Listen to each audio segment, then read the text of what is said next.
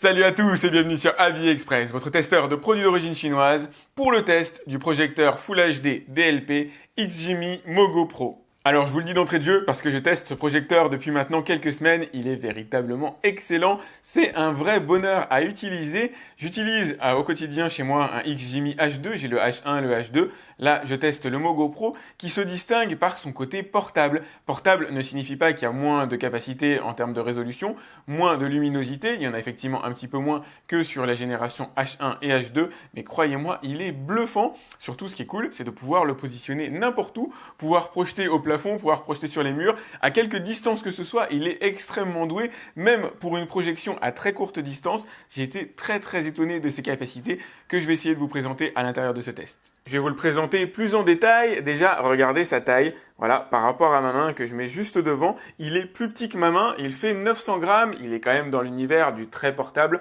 C'est pas un pico-projecteur, mais vous allez pouvoir normalement l'emporter partout avec vous. Vous avez ici l'optique à l'avant avec une lampe d'une durée de vie de 30 000 heures. Ça équivaut à 10 ans de film en regardant 4 films par jour. C'est absolument énorme. Derrière la petite grille de protection ici, vous avez les enceintes signées Harman Kardon, excusez du peu. Pour le son, ça va être intéressant de le tester. C'est des enceintes de 2 x 6 watts. À l'arrière, la connectique est un peu radine, faut bien l'avouer. Vous avez ici prise électrique, évidemment française, fournie avec le projecteur, un port USB 3, une prise HDMI et une sortie casque audio. Là, vous avez la partie aération ventilateur. Évidemment, je ferai le test pour voir s'il fait du bruit. Sur la partie supérieure, rien de spécial si je puis dire, vous avez ici les principaux boutons de navigation. Et sur la partie inférieure, on n'a pas de petits pieds ici, vous avez juste un petit silicone de protection pour les surfaces et vous allez retrouver évidemment un petit pas de vis pour pouvoir venir l'installer où vous avez envie. Évidemment, vous pouvez l'installer dans le sens que vous avez envie, à l'endroit, à l'envers, ça marchera très bien. Pour compléter le setup, une télécommande est fournie qui fonctionne avec 2 piles AAA classiques. On est ici proche de la télécommande du XGIMI H2 mais pas du XGIMI H1 qui intégrait déjà une batterie à l'intérieur. Vous allez retrouver les principales fonctionnalités. Réglage de volume, éventuellement mettre le focus, mais il est autofocus. Donc dans l'absolu, vous n'avez pas besoin d'utiliser cette fonction-là. Évidemment, ça se fera automatiquement par le projecteur. Bouton précédent, retour à la maison, navigation, etc. Les paramétrages, l'interrogation de Google Assistant, l'allumage, etc. Tout y est. Avant de se lancer dans le test, je voulais vous dire quelque chose d'important. Mon appareil photo n'est pas en mesure de rendre grâce à l'image que moi j'obtiens sur le mur. Évidemment, il y a des limites en termes de luminosité, en termes de précision. Donc ce que vous allez voir est infiniment moins beau que ce que moi j'ai à l'écran. Croyez-moi, la restitution réelle de ce projecteur, c'est une tuerie et j'ai hâte d'avoir vos retours dans les commentaires comme d'habitude. Quand vous l'aurez acheté, si vous décidez de l'acheter, tout simplement pour savoir ce que vous en pensez. En même temps, j'ai pas vraiment de doute. Allez, on commence par les 3 tests habituels. Vous l'aurez compris, là je suis en plein jour. Le projecteur n'est normalement pas fait pour ça. On a un niveau de luminosité qui globalement est bon mais ne permet pas non plus de concurrencer la lumière du jour. Ce sera préférable de l'utiliser en pénombre ou en milieu totalement obscur, comme pour n'importe quel projecteur d'ailleurs, type LCD. Deuxième test, la télécommande, elle répond absolument impeccablement, quel que soit l'angle ou l'endroit où vous le pointez. Donc ça, c'est plutôt un bon point, mais en même temps, j'en attendais pas moins de ce projecteur-là. Troisième test, très important, le ventilateur. Il ne fait absolument aucun bruit, il est ultra silencieux. Lancé à pleine vitesse, vous ne l'entendrez pas non plus pendant la diffusion d'un film. Il faut vraiment être dans un univers sans aucun bruit et utiliser le solliciter pendant plusieurs heures pour entendre vraiment le ventilateur à fond.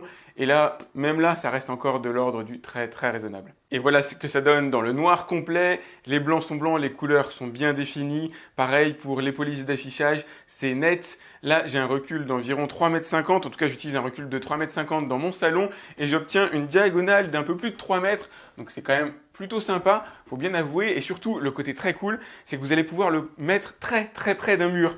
Beaucoup plus près que ce qui est dit dans la notice d'utilisation. Je crois qu'ils disent on peut le mettre à peu près à 50 cm, 70 cm du mur. Mais non, moi j'ai réussi à le mettre quasiment à 30 cm et obtenir une image qui va être toute petite, mais extrêmement lumineuse, extrêmement proche d'une surface d'un mur. Donc en gros, vous pourriez l'emmener avec vous, le projeter par exemple sur un toit de voiture, le projeter dans un train, le projeter dans tout un tas d'environnements où il y a très peu de place, en ayant réellement une image qui soit regardable et extrêmement bien définie. Alors là, je tiens le projecteur à la main, je l'ai mis à environ 50 cm du mur, gros plein de luminosité, mais on va surtout tester le focus automatique et la correction trapézoïdale. Donc je vais orienter le projecteur vers le haut pour créer un trapèze. Et vous avez vu, l'image a été corrigée toute seule immédiatement. Et dans un second temps, il fait le focus. Donc le seul écueil qu'on peut avoir, c'est un petit halo lumineux équivalent au trapèze qui est créé par le fait que le projecteur n'est maintenant plus à la perpendiculaire par rapport au sol, mais l'image en elle-même est bien impeccablement rectangulaire et le point est nickel de chez nickel. Vous êtes ici sur Android 9, impeccablement traduit en français, le projecteur est réellement packagé pour la France pour le coup. On n'est pas sur un produit chinois destiné aux Chinois, comme vous avez pu le voir sur ma chaîne d'ailleurs. On est bien sur Android 9, je vais vous montrer le paramétrage. Donc vous avez le paramétrage Android type tel que vous l'avez habituellement là-dessus. Vous allez pouvoir aussi brancher des périphériques en Bluetooth, que ce soit une télécommande, j'allais dire, plutôt une manette de jeu vidéo ou une enceinte connectée, ça peut être plutôt cool. Quoique le son est plutôt sympa, vu la signature qu'on a derrière, en même temps, il fallait s'en douter. Vous avez ici les settings classiques du projecteur, la correction, donc là vous pouvez déterminer si vous avez une correction automatique pour la partie verticale, pour la partie horizontale, la correction se fait, alors soit manuellement, oui, la netteté se fait automatiquement, mais la correction, elle se fait manuellement. Je vous montrerai un petit peu le réglage de la netteté après. Vous allez retrouver les réglages classiques d'ATR, la langue, donc là pour le coup en français, normalement ça devrait le faire. Le clavier, on peut utiliser Google Board, donc c'est plutôt cool. Et d'ailleurs, tout est pré-packagé pour Google. Vous avez la Chromecast intégrée à l'intérieur du projecteur, et laissez-moi vous dire qu'elle fonctionne impeccablement. C'est une véritable Chromecast, pas une pâle copie asiatique. On est véritablement ici sur l'équivalent, la Chromecast à l'intérieur directement du projecteur. Je l'ai testé plein de fois et ça a toujours marché de manière nickel. On fera un test ensemble bien sûr pour vous montrer ce que ça donne. Je vous montre rapidement comme ça les paramètres, mettez pause si jamais vous voulez les voir plus en détail. Ça va presque sans dire, mais le projecteur gère bien sûr le Wi-Fi 2,4 et 5 GHz. Si vous regardez en haut à droite, vous trouvez le petit indicateur de batterie. Le projecteur peut tenir 2 heures pour un film en, on va dire, pleine luminosité. Si vous mettez le mode économie d'énergie, théoriquement, il peut durer jusqu'à 4 heures. Mais le mode économie d'énergie offre une image qui est quand même assez dégradée. Le niveau de luminosité a bien baissé et les couleurs ne sont pas du tout les mêmes. Allez, là, je vais vous mettre YouTube, je vais vous montrer les interfaces de saisie, puis je vais vous montrer aussi ce que ça donne en termes d'image, histoire d'aller rapidement à l'essentiel, que vous puissiez voir ce que ça donne. Alors, j'ai une vidéo type que j'aime bien mettre, qui est à la base encodé en 4K sur YouTube, donc on est sur un projecteur évidemment 1080p, ce qui signifie que vous allez pouvoir lire des fichiers 4K si jamais vous avez envie, mais la restitution se fera en 1080p évidemment. Et là, franchement, vous allez en prendre plein les yeux, le projecteur est vraiment merveilleux. En matière, que ce soit de luminosité, de définition, de précision, de couleurs, les blancs sont blancs, les couleurs sont magnifiques. C'est très étonnant en fait, pour un projecteur de cette taille-là, d'obtenir une image de ce niveau de qualité.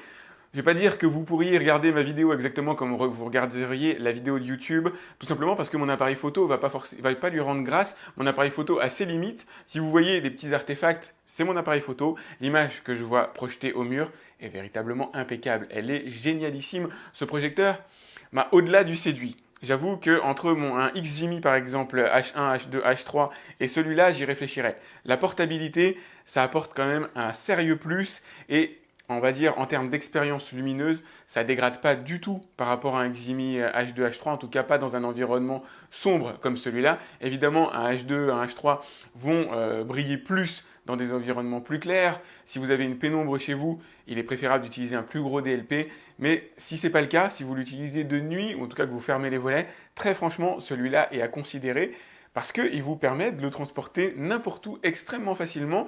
Et moi, je l'ai utilisé dans des cas de figure franchement cool. Les premières choses que j'ai faites, c'était diffuser l'image au plafond et regarder des vidéos avec mon fils avant de s'endormir. Voilà, des petites vidéos éducatives sur l'espace, etc. Bienvenue dans mon univers personnel. Et c'est génial de pouvoir l'installer n'importe où, de mettre la vidéo sur mon téléphone, de l'envoyer par le biais de la Chromecast intégrée. En quelques secondes, vous pouvez utiliser le projecteur absolument n'importe où, dans n'importe quelle configuration. Franchement, c'est très très sympa. Là, je pense que l'image, vous avez eu le temps d'apprécier la qualité. C'est très très beau. Je ne sais pas si mon réglage de luminosité rend vraiment grâce à ce que moi je vois avec mes yeux, mais je peux vous dire que, croyez-moi, si vous l'achetez, vous ne le regretterez pas, c'est magnifique, c'est vraiment magnifique. Allez, on va passer maintenant au boss du game, Netflix. Donc comme je vous l'ai dit, Netflix, l'application installée de base que vous avez ici, ne fonctionne pas. Il va vous falloir passer par XTV Manager, et ça c'est carrément XGIMI qui me l'a dit, comment ça fonctionnait. Avec XTV Manager, vous allez avoir accès à certaines applications, dont Aptoide, qui possède déjà un parc d'applications, on va dire, assez correct, et l'application Netflix. Donc c'est simple, hein, une fois que vous avez téléchargé XTV Manager, vous installez Netflix, et vous allez voir ce que ça donne. Et voilà, donc je ne vais pas vous montrer énormément de vidéos puisqu'elles sont soumises à des droits d'auteur. Le but c'est pas de me faire alpaguer pour pas grand chose. Je vais quand même vous en lancer une. Allez, on va mettre The Good Place. Voilà, et encore une fois, je crois que vous pouvez kiffer l'image, c'est vraiment super beau. Et encore, moi j'ai un abonnement basse définition, j'avoue que j'ai été un peu radin à ce niveau-là. Vous pouvez toujours prendre la version Full HD si jamais vous avez envie. C'est pas The Good Place que j'ai mis, visiblement, c'est un documentaire. Enfin bon, c'est pas grave. Tant mieux à la limite, ça m'évitera d'avoir des ennuis de copyright. Et maintenant que je vous ai alléché, faisons le point sur la partie applicative Google Play. Donc vous allez avoir bien sûr la plupart des applications Google Play habituelles, les essentiels en tout cas, MyCanal qui fonctionne, bon après les chaînes anglaises comme vous pouvez les avoir ici. Qu'est-ce que vous allez avoir d'intéressant? Bon, Dailymotion, Le Figaro, etc. Les plus intéressants, je pense, c'est celles que j'ai déjà installées. Enfin, tu me dirais, chacun trouve midi, voilà. Mais c'est sûrement celles que j'ai déjà installées que je vais vous montrer. Donc mes applications. Vous avez celles qui sont installées de base, voilà, Live Channel, Live TV, tout ça. Ça ne nous concerne pas. En règle générale, c'est des chaînes essentiellement en anglais. J'ai mis Arte, j'ai mis Kodi, j'ai mis Plex, j'ai mis VLC, France TV. Molotov, etc. Tout ça, c'est des applications qui fonctionnent sans aucun problème. Et vous allez avoir aussi accès à Aptoide qui dispose de son propre parc d'applications. Alors encore une fois, ce n'est pas forcément des applications packagées en français, mais c'est toujours ça de prix. Il n'y a pas tout ce que vous voulez, tout ce que vous avez envie d'avoir, mais vous pouvez utiliser le système Chromecast et finalement relier votre smartphone directement en mode miroir pour afficher les applications de votre téléphone directement sur le projecteur si jamais vous n'avez pas trouvé celle qui fait votre bonheur. Vous voilà sous Molotov. Allez, c'est quand même bien de pouvoir faire ce test-là. On va aller directement dans chaîne, et puis on va mettre France 2 par exemple. On est le matin, j'imagine qu'il doit y avoir des trucs vachement sympas. Voilà, typiquement Amour, gloire et beauté. Je sens que ça va vous plaire. Saison numéro 1435. C'est quoi? Épisode 7950. Non mais c'est totalement dingue. Alors là, on est en basse définition. J'imagine que c'est le début de l'affichage qui se fait en basse définition. Et après, ça se cale en plus haute définition. Pour le plaisir, je vous montre France Télé, on va mettre Fête des Gosses, voir ce que ça donne. Au-delà de voir l'image, ce qui compte, c'est surtout le côté fonctionnel de vous montrer que les applications marchent bien sur ce projecteur, qu'elles sont bien gérées. Et effectivement, à part la version de base de Netflix, et on sait que Netflix, c'est quand même un sujet assez compliqué à cause des DRM, à cause des droits d'utilisation, on est sur des applications qui fonctionnent absolument impeccablement sur le projet. Vous voilà maintenant sur l'application Arte, idem, c'est juste pour vérifier que ça fonctionne. Vous, c'est tant mieux, ça vous permet aussi de voir des images, mais moi, c'est vraiment juste pour voir si ça marche. Ça a l'air absolument impeccable. L'application Kodi fonctionne elle aussi, à vous de voir l'utilisation que vous allez en faire. Encore une fois, je vous fais juste une démo purement technique. Évidemment, Plex fonctionne aussi. Hop, voilà, pour le coup, je suis pas sûr d'avoir un compte déjà paramétré. Vous allez retrouver aussi la dictée vocale. Je voudrais regarder le test du projecteur XGMI H1. Allez, ça va me permettre de voir. C'est effectivement moi qui sors en premier dans les vidéos. Ça fait toujours plaisir.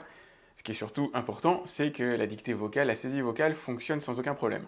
Alors là, je vous montre les menus de navigation. J'ai téléchargé une application lambda, vous en trouverez pour naviguer. Et l'intérêt de ce projecteur, par rapport par exemple à un LCD, c'est que lui va être en mesure de décoder absolument tous les formats, le H264, H265, autrement dit la HD Lite, les fichiers les plus costauds, y compris encodés en 4K, rien ne va lui résister et ça c'est le côté plutôt cool. Voilà, on est sur une vidéo que j'ai réalisée moi-même, vous voyez les players que j'ai pu installer jusqu'ici, donc moi en général j'utilise MX ou VLC la plupart du temps.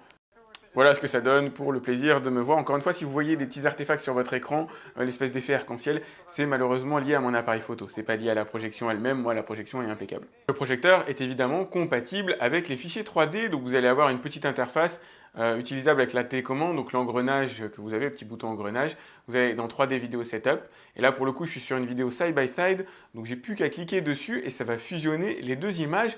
On n'a pas la même qualité que si vous regardiez le film en version normale, évidemment, c'est sensiblement dégradé, c'est un peu plus flou, un peu moins de couleur, de luminosité, mais au moins, il y a de la 3D, c'est l'essentiel, c'est ce qu'on lui demande. Bienvenue directement sur mon ordinateur pour vous montrer la lisibilité. Si jamais vous reliez le projecteur à un ordi, c'est important pour faire des présentations PowerPoint notamment. Donc là, vous voyez, c'est absolument impeccable. Les textes sont écrits en petit et pourtant, j'arrive à les lire sans aucun problème. On est véritablement sur du Full HD. En même temps, j'en doutais pas trop, évidemment. Mon ordinateur, lui aussi, est configuré sur Full HD. Pour moi, c'est absolument nickel. J'ai rien à lui reprocher à ce niveau-là. Il n'y a absolument aucun angle mort, aucune zone de flou, quel que soit l'endroit que je regarde. Vous pouvez voir dans le coin ici, on voit bien qu'il est écrit 10h07 le 22 janvier 2020. Allez, on se fait aussi un petit tour par le site de XGIMI. Donc pour le coup, je vous montre là une petite démo du Mogo Pro. Encore une fois, on est sur une navigation internet, toujours pour vous permettre de voir la précision, la définition. C'est quasi inattaquable, c'est fluide. Il y a un micro temps de latence. On sent par rapport à mon ordinateur où tout est plus immédiat. J'ai les deux écrans moi face à moi.